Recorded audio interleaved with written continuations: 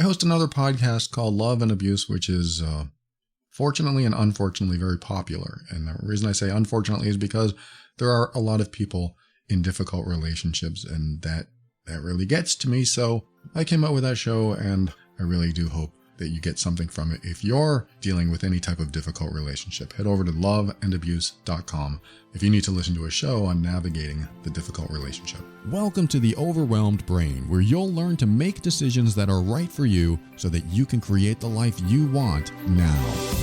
Hey, this is Paul Coliani, and I am here to help you learn to deal with difficult people and tackle life's challenges without compromising who you are. This show consists of my personal opinions and is meant for informational purposes only. Always seek a professional for your mental health and well-being. Somebody wrote to me and asked me how you deal with family and friends that you confided in about something, and you were upset and you talked badly about, say, an ex. Let me rephrase that. I didn't say that right. Somebody wrote to me and asked me, how do I tell my family and friends that I'm getting back together with my ex, even though I told all my family and friends that my ex was a big jerk and they were difficult and maybe emotionally abusive and all this other stuff? How do I tell my family and friends that I've confided in and told them how bad this person was for me in my life, and then I'm now considering taking this person back, and they're going to think I'm an idiot, or they're going to think I'm getting conned again, getting duped. They're going to think that I'm just a sucker, I'm gullible. It's quite possible all of that is true, because if somebody shared with me, which people do all the time, if somebody shared with me that their partner was hurtful and even abusive, no matter what this person who told me said, I would not want them to be with that person, because it sounds like that is not a healthy relationship. Because I want my friend or my family member to be happy. And so when somebody tells me this person's making me miserable, talking about their partner, for example, and I hear all this and that's all I hear about this other person, then I'm not going to want that person to go back to the person that makes them miserable. Now, that's as a friend. If I were acting in a professional manner, fulfilling my title, my title is Behavior and Relationship Coach, then what I'm going to say is something different. I'm going to ask questions. I'm going to find out what that person wants in their life. Because I have my personal opinions, and then that person will have their own opinions and their own idea of what they want in their life. And if they are willing to go through some challenges to get what they want in their life. So in a professional role, I'm going to ask questions. Well, do you believe you'll be able to handle any challenges that come along? Will you be able to speak up for yourself? Will you be able to stand up and say, no, don't treat me that way? Will you be able to do this? Will you be able to do that? I'm going to ask a lot of questions. But as a friend, I'm going to say, what are you thinking? What are you going to do? Why are you doing this? Because I'm personally invested. I mean, I'm personally invested both ways. I really want my clients to feel fulfilled and find good people in their lives. But when you're really personally invested, family, friend, and you don't have to think like a coach or a therapist or anybody else, of course you're going to say, what are you doing? Are you crazy? Don't do that. You told me all the bad stuff, and nothing but bad stuff sometimes. And so I don't want to see you in that situation again, because they care. I care. I'm compassionate. I want that person to be in a better situation, be in a good relationship. And if all you tell me is that they mistreated you, I don't want you to be with somebody who mistreats you. Now, that's my, again, personal opinion, but professionally, what I'm looking for is what that person wants. And this is sort of where I'm going with this today, is that sometimes we tell people certain things about certain people in our lives, and then we are still friends, or we're still a romantic partner with those certain people in our lives. And what do our friends and family say about it? What, you're going back to that person? What, you're giving them a second, a third, 100th chance you're going to do that all over again? And they're going to ask very valid questions like, why are you doing this? And then you might get stuck trying to answer it. So let's just say that you talked about somebody in your life that maybe you once cared about or you still care about, and they're mistreating you or treating you badly, and you're telling your friend, you're telling somebody in your family, you're telling somebody you trust that they did all this bad stuff. And then a few weeks later, a few days later, you say, well, we're going to give it another shot. The person you entrusted with all this information might try to talk you out of it. And you have to see that as fair. That's my first take on this, is that you have to see that as a fair argument, a fair perception on their part. They're going to think, or they're going to ask the question in their own mind and to you, what are you doing? What are they doing? Why are they going back? Why would you do that? So when they ask that question, this is the second part of this, my opinion, is that you're an adult and you are allowed to make adult decisions and choose who is in your life. So that's the second part. You are an adult. And if you're a kid, you know, you're getting there. You're making adult decisions if you're listening to a show like this. But most people that listen, they're adults. You're an adult. And as an adult, you can make adult decisions, even when people don't like them, even when people think you're crazy, you're stupid, or whatever, gullible, even when that is true, even when you are making a dumb decision. I've made dumb decisions. I'm not pointing anyone out here.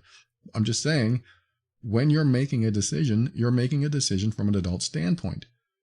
That doesn't mean it's a good decision, but it doesn't mean it's a bad one. It just means you're making a decision based on what you believe to be the risks. You know there are risks to almost every decision, honestly. Maybe there are exceptions, but almost every decision has a risk of some sort, because when you decide something, someone else may not like what you've decided. But you're an adult. I'm just going to go with that premise. You're an adult. And when you're an adult, you have a right to make up your mind. You have a right to make a decision, and you have a right to do something that somebody else might disagree with. Even good friends who know better. Yes, there are people that know better than us, and they're going to say, that's such a dumb idea. But you're an adult. You will make a decision knowing the risks. But this also means, there's a caveat here, this also means that you have to take responsibility not only for the consequences of making that decision, and I don't mean how it affects your family and friends, I mean how it affects you. You have to take responsibility for the consequences and how it affects you and how it will affect you. And this is the most important part, you have to be ready to give up what you are committing to. That may not be exactly how I want to word this the rest of the episode, but you have to be willing to give up what you have decided. So if you say, and again, this is my opinion, but if you say, I'm going to do this again, I'm going to spend time with this person again, I'm going to get back together with my ex, even though they were terrible, you have to be ready to give it up. You have to be ready to say, I made a mistake. I shouldn't have done this. Because you are the most important person in every decision that you make. Even though there are other people that might be involved, you are the person that is going to have to live with the consequences of your decision. And yes, other people will be affected by your decision, but you do have to come first. And yes, I know there are exceptions to that. If somebody's in trouble, you might risk your life to save them. They come first, I know. But let's just look at most decisions that we make on a day-to-day basis. And taking responsibility for those decisions is like telling the world, you know, I could be making the biggest mistake of my life, but I'm going to do it anyway. Because I'm an adult. I can make adult decisions, even when they're wrong. And being an adult means that I could be wrong, and I'm ready and willing to face that possibility. The biggest thing, though, is that as an adult, you have to be ready to commit to change as well as the decision. So the decision puts you in a certain direction. It puts you on this course. Then the commitment to change is if something doesn't work out on this course, you are ready and willing to make that change. And so I hope I conveyed that properly, or maybe you already know this and it's very common sense, but I wanted to put that out there, is that I think you should be just as ready and willing to make a decision and commit to that decision just as much as you are ready to give up that decision and change your mind after you've made it. So you've committed to this decision and then you realize, oh, this is not a good direction for me. I'm going to change my mind now. And I know that, like, if we commit to something, we should stay loyal to it. We should stay dedicated to it. But there are some things that we really need to evaluate after we've committed to it. I've heard, like my fiance, Asha, she said, well, my ex-husband, when he asked me to marry him, there was really nothing else going on in my life, so I just said yes. And then I discovered that he was, bad in many ways. I don't want to put it all out there, but he was bad in many ways. And I was already committed in that direction. I was already going in that direction and there was nothing else going on in my life. So I just decided to go with it anyway and get married. And then she found out that he was bad in other ways. And, I'm already married. And so let's have a kid. And so she's committing to these directions because she did not want to give up her initial commitment. And I know she's going to blast me for this because I don't think I'm getting all the facts right here. But if she ever hears this, the whole point is sometimes we commit to things and we stick to that commitment thinking it's the right thing to do, think it's the right path to take, and it's not. And we have to reevaluate what we committed to. We have to reevaluate our decision. And if our reevaluation shows that we would be better off getting out of a situation because of a decision we made, then maybe that's the direction we need to take. And I know there are people listening now that will say, yeah, but there's a chance it could get better. And yes, there is. There is definitely a chance it could get better, but this is where accountability comes in, right? We say, look, if it doesn't get better, I got to get out of this. If you don't stop hurting me, if you don't stop disrespecting me in front of people, I can't be with you. I can't be around you. I'm an adult. I make adult decisions. And I'm telling you, as another adult, don't disrespect me. Will you honor that? Will you respect me enough to not disrespect me? Will you honor that? Will you honor my path? As a fellow adult on this world, will you be kind to me? Will you be supportive? Will you be caring? Will you show compassion? They don't have to show all these things, but you have certain criteria that some people need to meet in order for them to be in your circle or close to you or in a trusting relationship with you. I think that people in your life, the ones that are closest, should meet certain criteria in order for them to be in your life. And you define that criteria. If you don't mind if somebody lies every other sentence, then that's your criteria, unfortunately. I mean, I don't think it's okay to have a liar in your life because how do you know what they're saying is truthful, ever? I'm not saying these people can't change, but I am saying there needs to be an enforcement of your criteria. If you lie to me again, I'm leaving.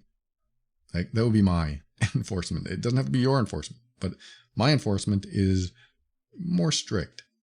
It's more impactful, meaning I don't want to deal with this any longer.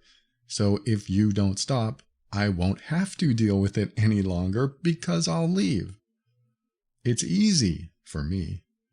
It's not always easy. Sometimes we have committed to our decision and we stay in a commitment that doesn't always work out or is hurtful to us in some way or making our life miserable, but we stick to it, hoping and wishing and praying something will change. But when it doesn't, or when we get little hints of possible change and we stick to that commitment, we're still miserable. So I look at what I've had happen in my past. I've talked about this before, but whatever happened yesterday is going to happen tomorrow. Whatever happened last year is going to happen next year. If that person was lying and mean to me last year, they're going to be the same next year, unless I see major change. So this is how I evaluate my relationships. How did they show up before will be how they show up again. Now, on the flip side of this, how does somebody show up in a bad way, quote, bad way, or hurtful way? Will they be someone that you allow into your future? And this is where it gets a little tricky, because you might have seen qualities about the person that other people haven't seen, and all you've done is vent about that person and talk about all the bad stuff that that person did, not seeing the other qualities and not having the history. And so back to the original question, what do I tell my friends and my family about this person that I might accept back into my life when I've already told them how bad they are? You know, I believe most people can change.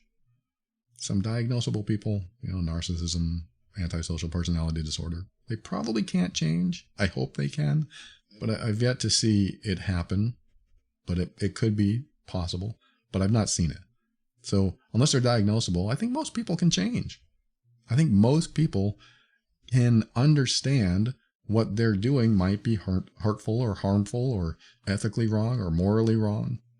I think most people can identify that and decide to change. And then there are people that choose not to.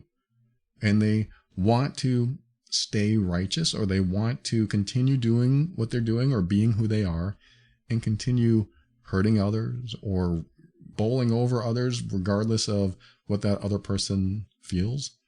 There are people like that. And it's just a matter of what you'll choose to allow into your life. And if you decide to allow somebody like that into your life, you have to have higher standards, I believe. You should also have a very strong defense or protection mechanism inside you that says, oh no, you're not going to do that. You're not going to do that to me. That's not allowed.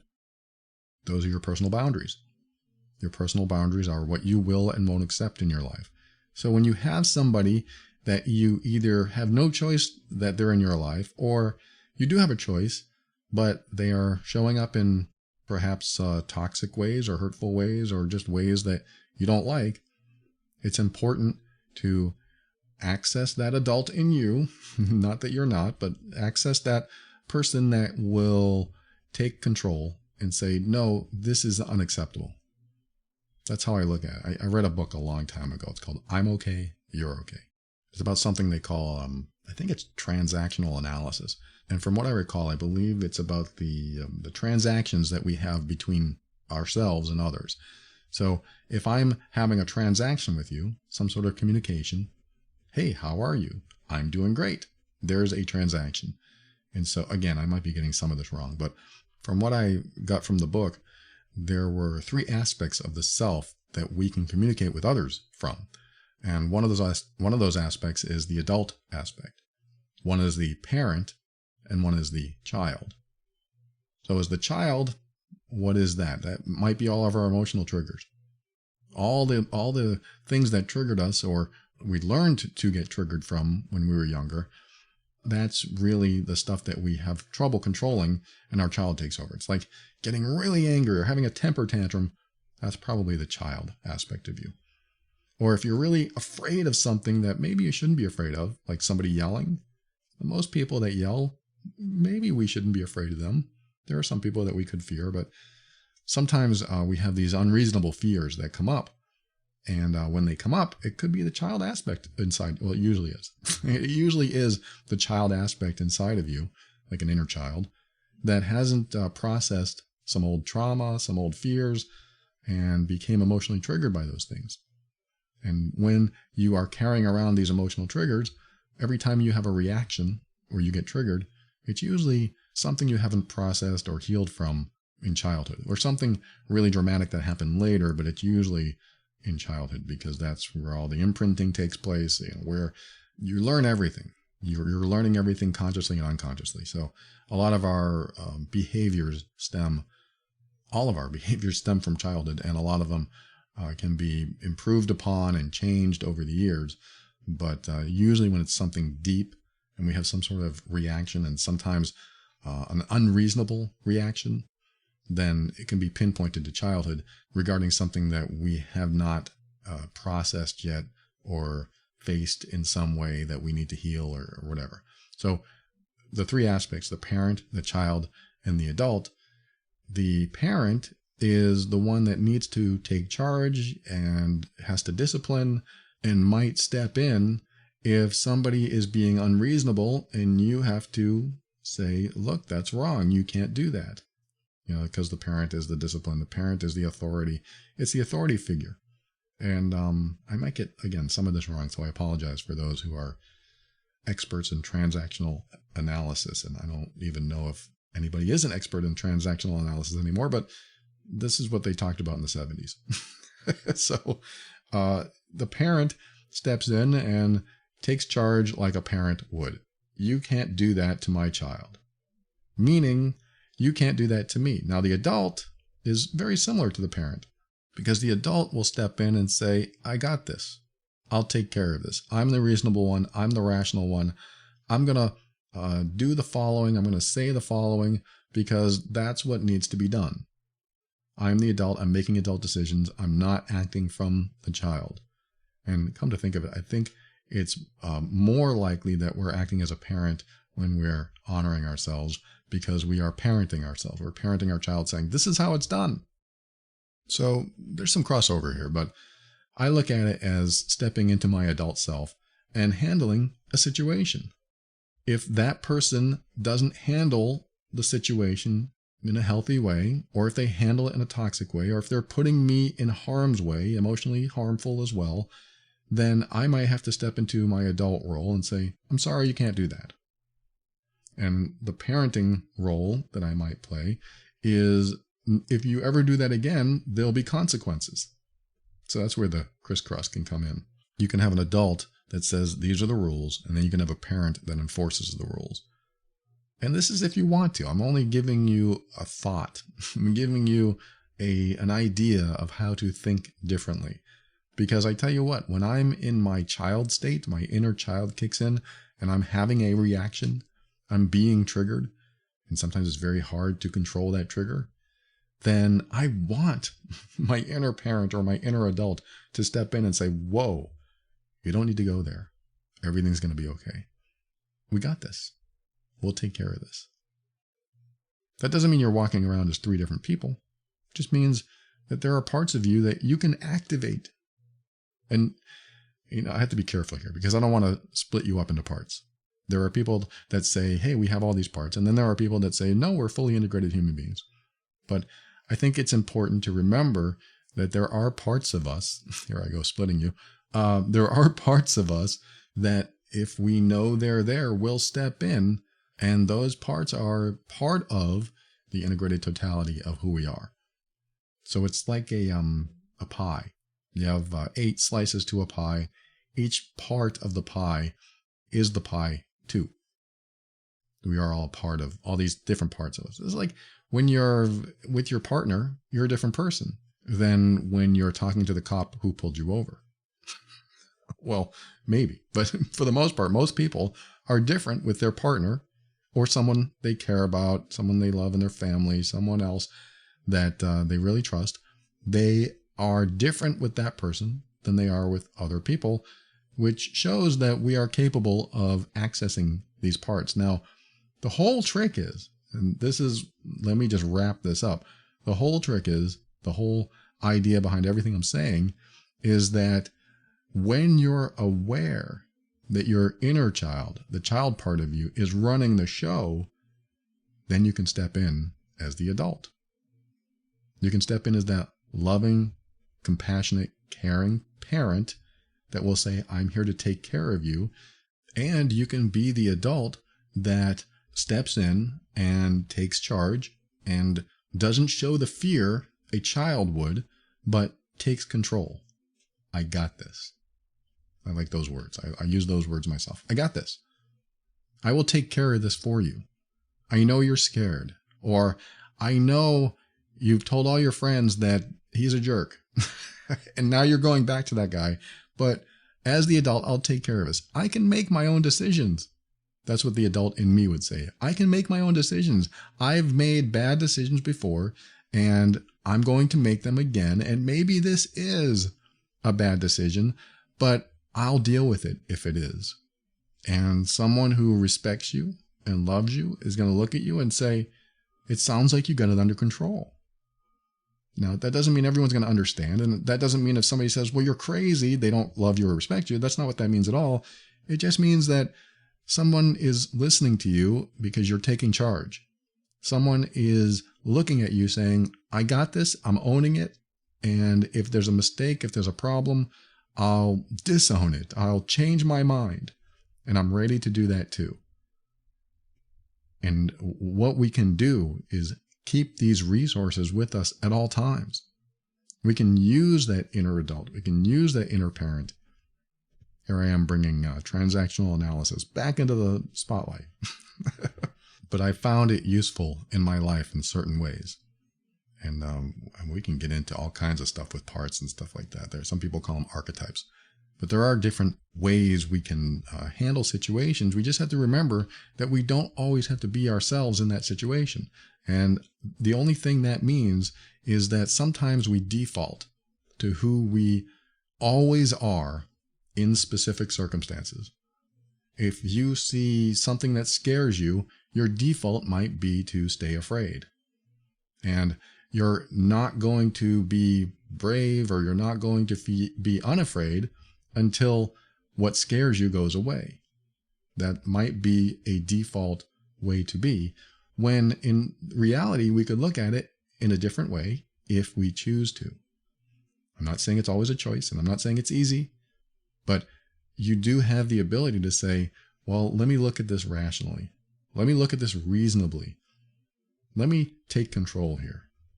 Let me see myself as a child reacting in a situation and tell that child, it's going to be okay. I got this. I'll take care of it. Don't worry. To the person who wrote to me and shared all of this about the relationship that she's in and how she might get back together with this guy, my advice to you is everything I talked about today. Take responsibility for your decision. Be ready to change your commitment to that decision, and also be ready to commit to any direction that opens up. But most importantly, and I think I've said that already, but another most importantly is that when you make a decision to take somebody who's been harmful back into your life, it's my opinion that you need to raise the bar once they're back in your life, because the bar was probably way too low to begin with. When the bar is that low, they have a tendency to hurt you. And we often can do that. We can lower the bar throughout a relationship so somebody can continue to hurt us and make us feel terrible in all kinds of ways. It's important that we remember how low the bar was and raise it. I mean, that's really what it comes down to. Just raise that bar so that when they cross the line, when they trip over that bar because it's so high, you can say, this isn't happening. This is me, and this is what you say in your head, I guess. This is me as the adult taking control, and also me as a parent, my own parent. I'm parenting myself, and I guess I have to parent you too. I'm going to parent you and say, this will never happen again, or XYZ, whatever your accountability measure is. And this is just making your life easier, letting people know how to treat you right. I love that question for myself. How can I treat my partner right? How can I treat her in a way that she feels loved and she feels cared for? That should go through anybody's mind who loves anybody else. How can I treat that person right? How can I treat them in a way that makes them feel good about themselves? That would be the ultimate connection in any type of relationship, is that when somebody cares enough about the other person that they want them to feel good and not make them feel bad. It's just a simple concept that so many people get wrong. And when you have somebody that really cares about you, they're going to think that way. How can I make that person's life better? How can I show up in a way that makes them feel loved, makes them feel like they're important? How can I do that for them? It's a very kind, caring, compassionate way to show up for anyone in life. But when the other person shows up for you in a way that says, how can I control you? How can I change you? How can I make you the way I want you to be? When that happens, that's the opposite of what I'm talking about. It's not love. It's control. It's manipulation. It's all the stuff I talk about over at Love and Abuse that is emotionally abusive. When somebody comes along and says, you need to act in a way, according to me, so that you aren't the individual that you want to be. You're the individual that I want you to be. Oh no. I'm the adult. I'm going to step in and say, you can't do that to me. And this is how it's going to be if you want a relationship with me. This is where you step in as your adult, as your own parent, and you say, no, that's not going to happen. And I'm going to give you the best opportunity in the world by telling you how I prefer to be treated. That's a gift. I'm giving you this gift, telling you how I want to be treated. Because if you are able to fulfill that role, then you are giving me the best gift in the world. And I think that's what we all can do for each other, for the most part. Sometimes we can't fulfill everyone's gift or everyone's wishes, but at least we don't want to go in with bad intentions. We don't want to go in trying to control someone or manipulate them or change them into what we think they should be instead of who they are. Even though we might want some people to change, yes. But I think the idea of loving someone is something I've said before, something I've said many times, is supporting the other person's happiness, even if we don't agree with how they achieve that happiness. And when we can look at somebody and say, that's what I want for you, that's really love. That's really loving and connecting and supportive and everything a healthy relationship is made of. Maybe not everything, a lot of things. So the person who wrote, I hope I've given you enough to let you know that it's okay to tell your friends, to tell your family that you are an adult. You can make these decisions and they may not understand your decisions, but to let them know that you are so grateful that they care and you feel so good that you have them in your life, because without them, you'd be a different person. You wouldn't feel what you feel because you feel special when you're in their presence. You tell them all the good stuff.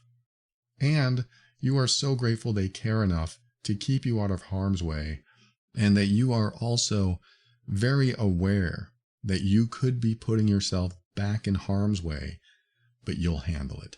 And this is where you just have to be confident in how you say that. Don't say, well, if everything goes badly, maybe I'll break up again, or maybe I'll send that person away. Don't act that way. Own it. Own your decision. This is what I'm going to do. And I realize it could be the biggest mistake, but I'm also ready to give it up. I'm also ready to change my mind in a heartbeat, because I have now set the bar higher. And if that person trips over that bar, they're going to get a warning. And if they do it one more time, that's it. That it's done. No more. There will be accountability. And I know that I could be putting myself in harm's way, but I'm taking that chance because I know there could be more if they are willing to change, if they are serious about healing and serious about going to therapy or whatever they're doing. If they are willing to make those changes, we could have a good relationship. But I'm not going to give it any more chances after this. No, that's my inclusion. I included that at the end. I'm not going to give it any more chances after this. But if you say something like that, I believe you should commit to that. But Paul, I can change my commitments. Yes, you can. If you say this is the last chance and then 6 months later you give it another chance, you just have to be ready to stand up for yourself, draw the line, tell them if you cross this, there's going to be accountability, and apply that accountability. Don't let people cross the line that you have drawn, because that allows them to do it again and again and again. So if you're going to get back into a situation with somebody who has mistreated you in the past, you got to set that bar higher, and you got to make sure that when they cross that line that you draw, they are fully accountable, and that might mean it's over. That might be the accountability. I hope I've given you something to chew on, to think about in this episode. I appreciate you tuning in, and thank you so much to that person who wrote. Good luck with everything. Stay strong. And thank you for listening to another episode of The Overwhelmed Brain. I want to thank our patrons this week: Winnie, Chris, Michelle, Angel, Crystal. All of you are special people to me, and I am in full support of your happiness. Thank you so much for your financial support. And if you find value in the show like these patrons did, head over to moretob.com for options on how to give back. Thank you again, patrons. I appreciate all of you. And for a show on how to deal with difficult relationships, you heard me talk about it before, visit loveandabuse.com. And if you are the difficult one and you want to change that about yourself, head over to healedbeing.com. And I have a very robust, very effective program to help you do that as well. And finally, thanks to Kevin McLeod of Incompetech.com for some of the music transitions in The Overwhelmed Brain. Now, before anyone writes to me and says, Paul, what if the person they let back into their life is dangerous? You're absolutely right. You're absolutely right what you're thinking. What you're thinking is, what if the person they let into their life is dangerous? What if they've gone through some serious problems and they were dangerous then, and now they say they're going to change, because a lot of people do say that. I promise I'll change. I promise, just take me back. Take me back. I've said that in the past. If somebody is dangerous, then what needs to happen is that not only will they have had to have changed, I think I said that right, will they have had to have changed, you will have also had to have changed. That's a difficult sentence to put together, but you would have to have changed in a way that makes you stronger. Now, that doesn't mean I want you to butt heads and go face to face with a person that's dangerous. It just means that you need to be in a position of mental and emotional strength that lets you know that you have options and that you deserve better and that you are worth treating with respect and kindness, and that you don't deserve to be mistreated. You have to have such a shift in you that the person you've become will no longer tolerate mentally and emotionally abusive behavior. You have to become a different person to not be tolerant of that stuff. If they're physically dangerous, yes. Professionally and personally, I'm going to say you need to avoid that. You need to avoid people like that because they could change, yes. But why do you need that person back in your life? Why do you need to be on constant alert? If they change, then maybe years down the road you can meet up again and they'll tell you all the wonderful things they've done, and maybe you can make a decision then. But I can't advise you to go back to a dangerous situation, even if it's just emotionally and mentally dangerous, because those are important. Physical danger is important. It's important because it affects your life and it could be lifelong lasting. When somebody is dangerous, it could be lifelong lasting. And if it's not a physical danger, a mental and emotional danger can last just as long. I mean, look at PTSD. This is what PTSD is all about. You are in a very dangerous situation and you can't forget about that dangerous situation. So you're always on guard, or you're triggered easily because of that dangerous situation, which means it lasts. It lasts throughout your life unless you get healing or therapy and you're able to get through it. But some of these things are difficult to get past. I'm just saying this because I know some people out there might think it's not a good idea to go back into dangerous. I agree. It's not a good idea to go back into any dangerous situation. So I want your adult to step up and ask yourself, is this safe for you? Is this a good idea? Is this something that you can stop if something happens? You need to be in a space where you know you can stop it.